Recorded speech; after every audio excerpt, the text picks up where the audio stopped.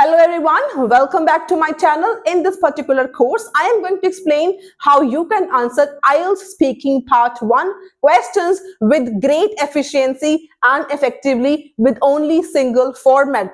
No doubt there are different types of questions containing past tense, present tense, future tense and your opinion types of questions in part 1, but you can answer any of these questions with only one single format.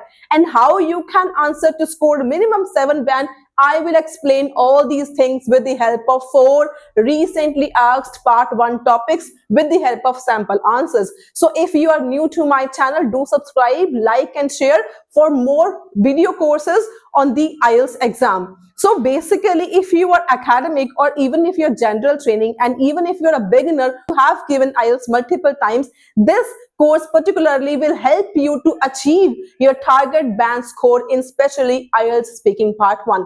Also, in the end of this video, I will be explaining and giving you some expert tips which will help you further to enhance your speaking, IELTS speaking answers and your band score as well. So without wasting time, let's jump on to the very important and recently asked part 1 questions and how you can answer these questions. So particularly, let me explain which format you need to follow for answering IELTS speaking part 1 questions. So following a pattern, following a format will help you to logically organize your ideas, first of all. Secondly, following a format and a particular pattern will obviously help you to answer each question in a different way without any difficulty, without any even repetition, which is the one of major problems which around 90% of students face, that their answers repeat itself in part 1 speaking. So अगर आप ये given format को follow करोगे तो आपकी repetitions avoid हो जाएंगी, आपकी fluency में बहुत ज़्यादा improvement होगी, also आपके ideas logically organize हो जाएंगे. All in all, you can boost your band scores. तो ये फायदा होता है format को follow करके आंसर्स देने का, बजाय कि आप रैंडमली कुछ भी आंसर्स करो.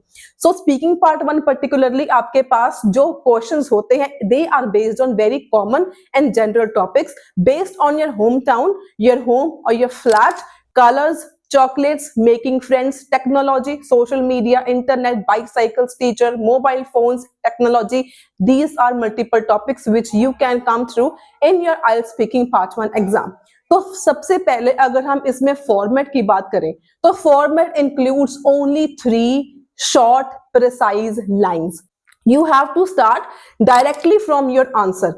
सबसे पहली पॉइंट तो ये है कि आपने सीधा आंसर से ही शुरुआत करनी है and try not to repeat the question itself. For example, अगर आपके पास क्वेश्चन है what are the benefits of using social media, आपने ऐसे नहीं बोलना there are many benefits of using social media. This is called a general line. कभी भी आपने पार्ट 1 में जनरल लाइन से स्टार्टिंग करनी ही नहीं है. Straight away you have to start directly from your answer. Let's say आपके पास क्वेश्चन क्या है, do you use social media? Yes, I often use social media. मतलब क्या हो गया, आपने डायरेक्टली अपने आंसर के साथ शुरुआत करी. In the second line itself you need to explain why. आपने जो भी अपना फर्स्ट लाइन में आंसर दिया उसको आपने एक्सप्लेन करना है only in one sentence. Why? Yes, I use social media frequently for my personal and professional works. तो हमने इसको एक्सप्लेन कर दिया.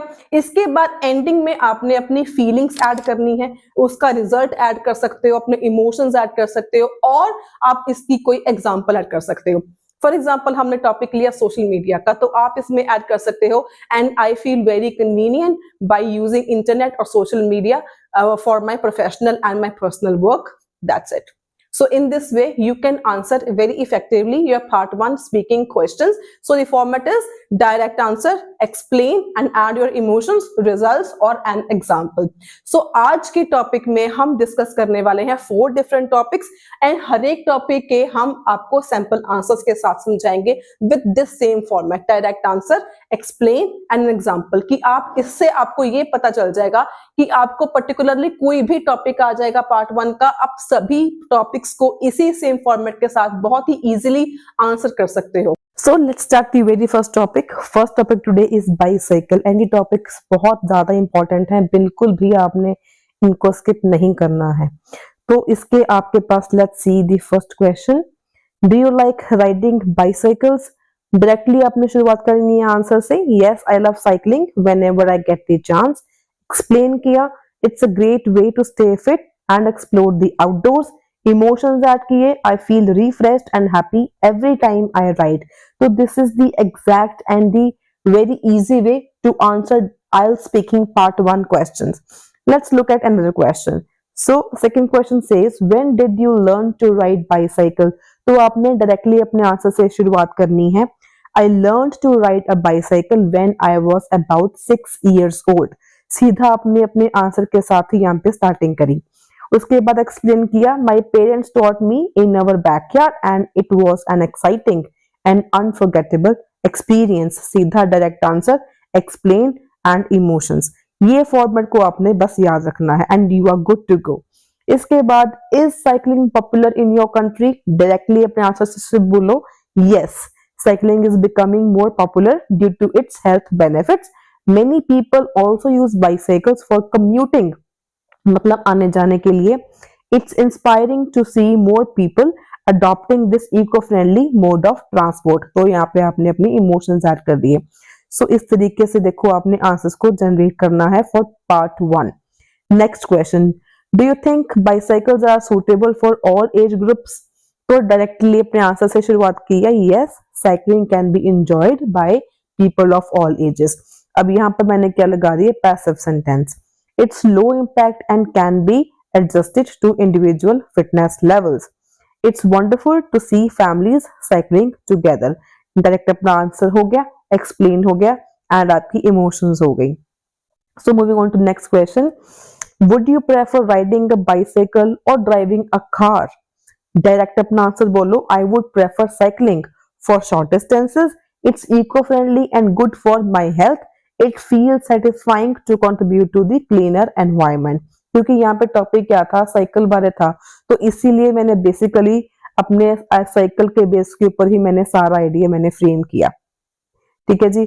उसके बाद let's move on to another important topic which is coins. आज ही मेरे किसी स्टूडेंट का एग्जाम था एंड उनको जो टॉपिक्स आए थे that was bicycles and T shirts. And कल एग्जाम था, कल के क्वेश्चंस थे बाइसाइकल्स एंड कॉइन्स, जो टेलीग्राम पर किसी ने करे थे अपडेट एज वेल। सो अब इसके क्वेश्चंस देखते हैं आप सेम पैटर्न से कैसे लिख सकते हो। First question is, do you like collecting coins? Yes I have a small collection of coins from different countries. It's fascinating to learn about the history and designs. I feel proud and excited about my collection. मतलब आपने इस बात का ध्यान रखना है कि शुरुआत आपने कहां से करी, डायरेक्ट आंसर से। उसके बाद आपने टॉपिक नहीं छोड़ना, टॉपिक पर ही रहना है, उसी को ही आपने एक्सप्लेन किया कि मुझे बहुत अमेजिंग लगता है अलग अलग हिस्ट्री और डिजाइन्स के बारे में जान के, बारे में लर्न करके, एंड मुझे प्राउड है अपनी इस कलेक्शन के ऊपर। तो मैंने कहीं भी मैं आउट ऑफ ट्रैक नहीं गई पहली बार। My answer was relevant to the question and moreover it was logically organised. तो ट्राई करो इस फॉर्मेट को अप्लाई करने के लिए। Next question, have you ever seen an old or rare coin? Yes I once saw a coin from 18th century in a museum. तो मैंने yes बता दी कि मैंने देखा है, कहां पर, म्यूजियम में। It was beautifully crafted and had a lot of historical value. I feel amazed by its uniqueness. Again मैंने टॉपिक नहीं छोड़ा, मैंने टॉपिक के बेस के ऊपर ही आंसर को एक्सटेंड किया कि यस मैंने देखा है एक बारी म्यूजियम में, वो बहुत ही ज्यादा अच्छे तरीके से क्रिएट किया गया था एंड उसकी हिस्टोरिकल वैल्यू बहुत ज्यादा थी एंड मुझे बहुत ज्यादा अमेजिंग फील हुआ इस यूनिकनेस को देख के। तो मतलब आपने टॉपिक नहीं छोड़ना है, टॉपिक के बेस के ऊपर ही आपने अपने सारे आंसर को एक्सटेंड करना है। Moving on to the next question, do you think coins will disappear in the future? तो मुझे क्या लगता है, yes digital payment might replace coins eventually. मुझे लगता है यस जो कॉइन्स हैं वो फ्यूचर में रिप्लेस हो जाएंगे। Technology is making transactions faster and more convenient. Technology की हेल्प से जो ट्रांजैक्शंस हैं वो बहुत फास्ट हो गई हैं एंड ज्यादा कन्वीनियंट हो गई हैं। हमें पैसों को गिनने की जरूरत नहीं पड़ती, we don't need to count and make any calculations जो हम फिजिकल ट्रांजैक्शंस में हम करते हैं। ऐसा कुछ भी इन डिजिटल ट्रांजैक्शंस ऐसा कुछ भी नहीं होता। सो इट्स बोथ एक्साइटिंग भी है एंड सैड भी है ये सोच के अबाउट लूजिंग फिजिकल करेंसी। ठीक है जी। So moving on to next question, Why do some people collect coins? They find it an interesting way to preserve history and culture. अब आपके नोन में भी कोई होगा जिसके अलग अलग कोई हॉबीज हो, कोई शौक हो, तो जो कलेक्ट करते हैं कॉइन्स को, ऑब्वियसली उन्हें क्या लगता है कि वो अपनी हिस्ट्री को प्रिजर्व करके रखें एंड अपने कल्चर को प्रिजर्व करके रखें. Each coin tells a story about its era and origin. Obviously हर एक कॉइन की एक स्टोरी है, एक समा है, एक ओरिजिन है. It feels rewarding to have such a meaningful hobby. Obviously अच्छा लगता है. इसके बाद next question is, do you prefer using coins or paper money? I prefer paper money because it's easier to carry. Coin से ज्यादा paper money, जो notes होते हैं उनको कैरी करना इजी होता है. पेपर मनी का मतलब यहाँ पे क्या हो गया, आपका जो नोट्स हो गए उनको बोलते हैं पेपर मनी. एक्सप्लेन कैसे किया है यहाँ पे, coins can be heavy and inconvenient for larger transactions. Obviously जब हमने कहीं पे बिग अच्छी ज्यादा पेमेंट करनी हो तो वहां पे कन्वीनियंट नहीं होते हैं. I feel practical about my choice, and obviously ये बहुत प्रैक्टिकल चॉइस है, कॉइन्स के बजाय पेपर मनी को कैरी करना. एंड आज ही के एग्जाम में किसी को टी शर्ट्स वाला टॉपिक आया था to one of my student को. So let's discuss T shirts वाला topic with the same format, with the same pattern. So do you like wearing t-shirts? Yes, t-shirts are my go-to clothing for casual occasions. यहाँ पे आपको एक बात बता दूं, अगर आप अच्छी vocab भी है अगर आपके पास, तो obviously आपको 7 बैंड स्कोर करने में और ज्यादा इजी होगा अगर आप इस फॉर्मेट को भी फॉलो करते हो उसके साथ. तो so they are comfortable and easy to style. T shirts को कैरी करना कंफर्टेबल है, स्टाइल करना इनको बहुत ही इजी है. I feel relaxed and confident in a T shirt. तो आपने अगेन क्वेश्चन नहीं छोड़ना. कई बार टॉपिक हमारे ऐसे होते हैं कि हर एक क्वेश्चन पे हमारे पास सेम ही आंसर्स बनते रहते हैं, तो वो सेम आंसर्स ना बने, रेपिटेशंस ना हो, इसीलिए मैंने ये फॉर्मेट बनाया कि इस फॉर्मेट से बोलो. एक तो ये इससे क्या होगा, आपका आंसर क्या है बिल्कुल ही प्रिसाइज है, ना ज्यादा लॉन्ग है, ठीक है जी, ना ज्यादा आपका आंसर शॉर्ट है. It is to the point, it is very precise. Secondly अब इसके साथ क्या होता है आपका कि वोकैबुलरी भी आप इजीली इसमें ऐड कर सकते हो. उसके बाद आपका लॉजिकली ऑर्गेनाइज हो जाता है एंड आपकी फ्लुएंसी में कोई प्रॉब्लम नहीं आती. तो ये फॉर्मेट बनाने का इतने सारे फायदे हैं और आपको रेपिटेशन भी नहीं होती. Let's look at another question. How often do you buy T shirts? I buy T shirts a few times a year. 20 साल में कुछ बारी मैं खरीदती हूँ. I usually look for good quality and simple design. मतलब टी शर्ट्स मैं खरीदती हूँ एंड मैं कैसे खरीदती हूँ मैंने यहाँ पे वो बता दिया कि जो गुड क्वालिटी की हैं, सिंपल डिजाइन की हैं, मैं ज्यादातर उन्हें परचेज करती हूँ. And it feels great to find the perfect one. And obviously जब हमें परफेक्ट टी शर्ट मिल जाती है तो हमें काफी अच्छा लगता है. So what kind of T shirts do you prefer? I prefer plain T shirts in neutral colours. मैंने यहाँ पे बता दिया डायरेक्ट अपना आंसर कि मुझे प्लेन टी शर्ट्स पसंद है न्यूट्रल शेड्स में. They match easily with other outfits. किसी अदर आउटफिट के साथ इजीली मैच हो जाती है. It feels effortless to create a simple stylish look. So moving on to next question, are t-shirts popular in your country? Yes, t-shirts are very popular especially among young people. ठीक है जी.